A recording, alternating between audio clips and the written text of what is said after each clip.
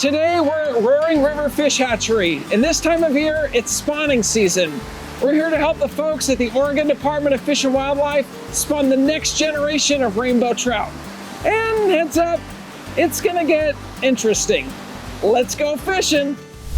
We're traveling the state to learn how people stay safe in their weird and wonderful jobs. I'm Corey Jenkins, and this is Oregon Odd Jobs.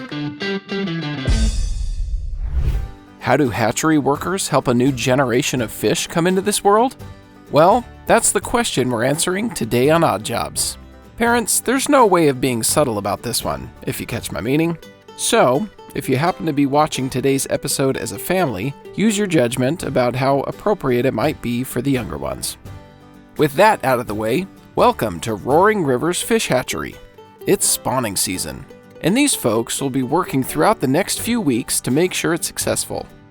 While some fish hatcheries are concerned with repopulation, Roaring River is all about enhancing and providing fishing opportunities. What does that mean? Well, it means the fish here are bred to be caught. Each generation of fish will eventually be taken to water bodies around Oregon for anglers to enjoy. But the only way that happens is if there's continually new fish ready to be caught. And for that, you need eggs. Lots and lots of eggs. That's where Tyler comes in. So tell us a little bit about your job. So basically, I manage the Roaring River Fish Hatchery, and we have the rainbow trout brood stock, and so we supply the majority of the rainbow trout eggs for the state of Oregon. So that's what we'll be doing today. We're going to be sorting the female trout, looking for which ones are ripe and ready to spawn tomorrow. In this tank are about 1,000 female trout, and today, every single one needed to be checked to see which ones were ready to spawn their eggs, and then be sorted accordingly. The fish are corralled into a small area with these basins, full of water and a clove oil derivative, which anesthetizes the fish enough to be easily handled. As I got in the water, it became clear that spacing was an important safety consideration. There wasn't a lot of room, and plenty of hazards to be aware of, like water, the poles of nets, and a whole bunch of fish at my feet, making it difficult to walk. It's wild, no matter where you move, you bump into fish. Yeah, it's going to be real easy to net them at first. So I'm going to take the net here. I'm going to watch for these guys so I don't bonk them with the net handle.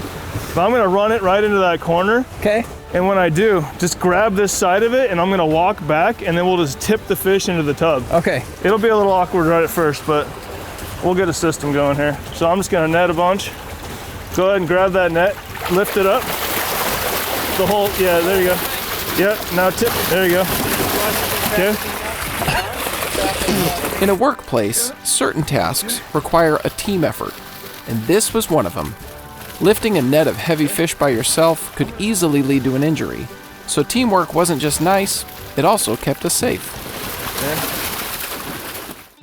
As we waited for the fish to calm down, Tyler explained to me the sorting process. All the fish will go in here except for what's ripe. Okay. We'll go see where Pete is. Watch Pete here. And then we're gonna click it. There's a spot on that clicker for the ripe ones, and we'll keep track. Okay, so I'm just gonna grab them like this, and I'm just gonna check them. She's not ripe. Not ripe. And you're doing this based on the size and color? Well, I mean, most of these fish are gonna be close to being ripe. You'll see one, see? Oh! She's ripe. Some eggs came out. And so the process went. Fish by fish.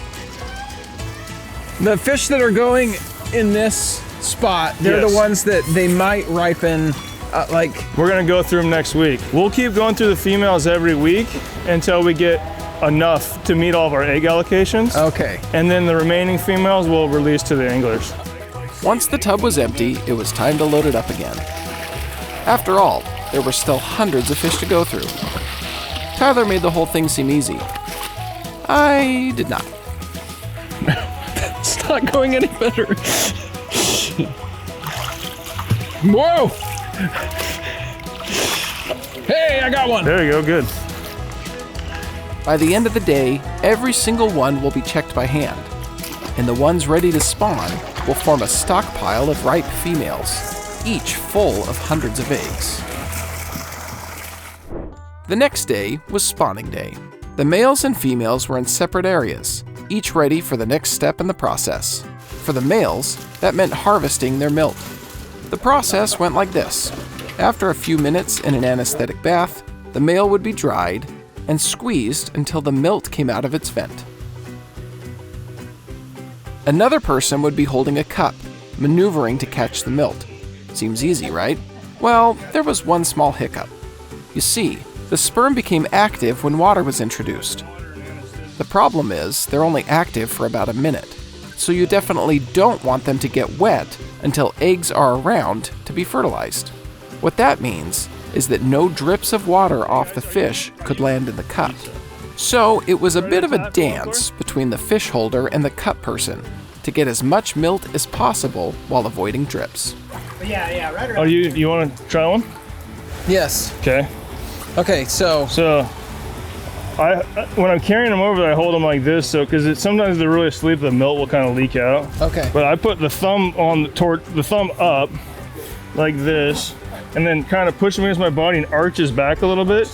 And then when you start to squeeze right here, you should get milt. It'll it'll squirt out of there. Well, no time like the present.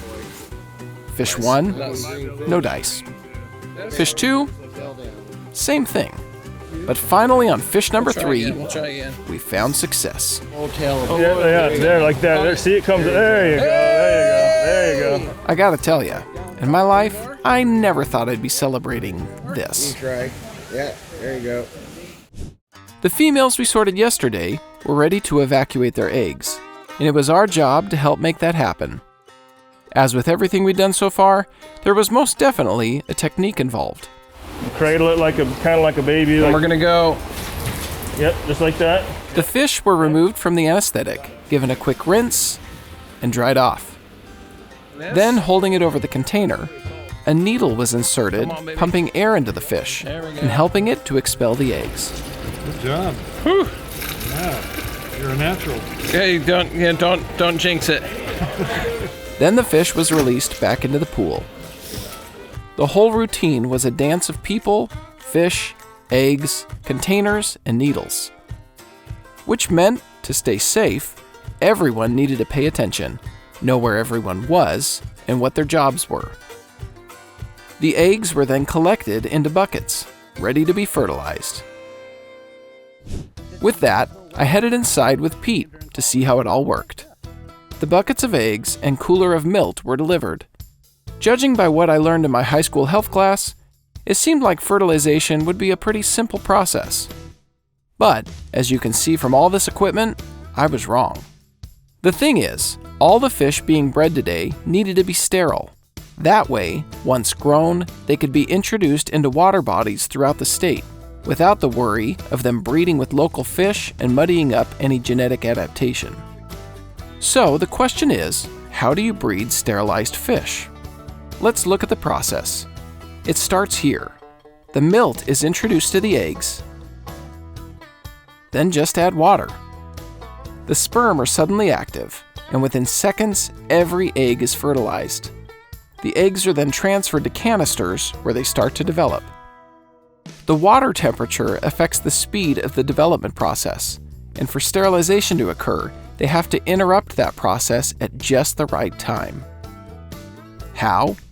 Pressure. When the time is right, the canister is moved into these pressurized containers. At this point, the fertilized eggs have 3 sets of chromosomes. In normal development, they would shed that 3rd set, and in turn, the eventually spawned fish would be fertile.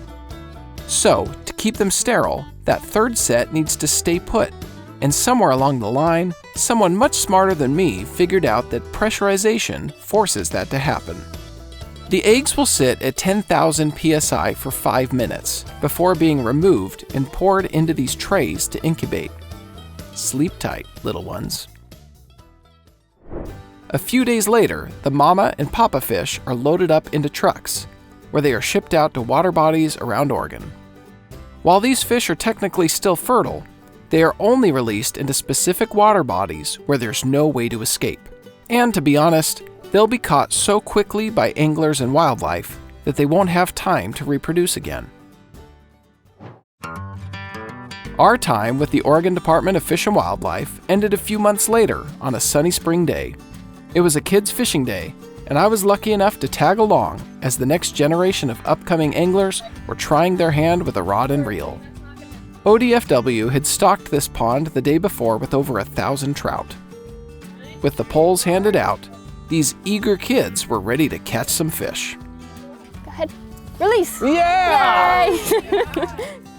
After a bit of training, the kids were set loose. Whoa! Keep it low!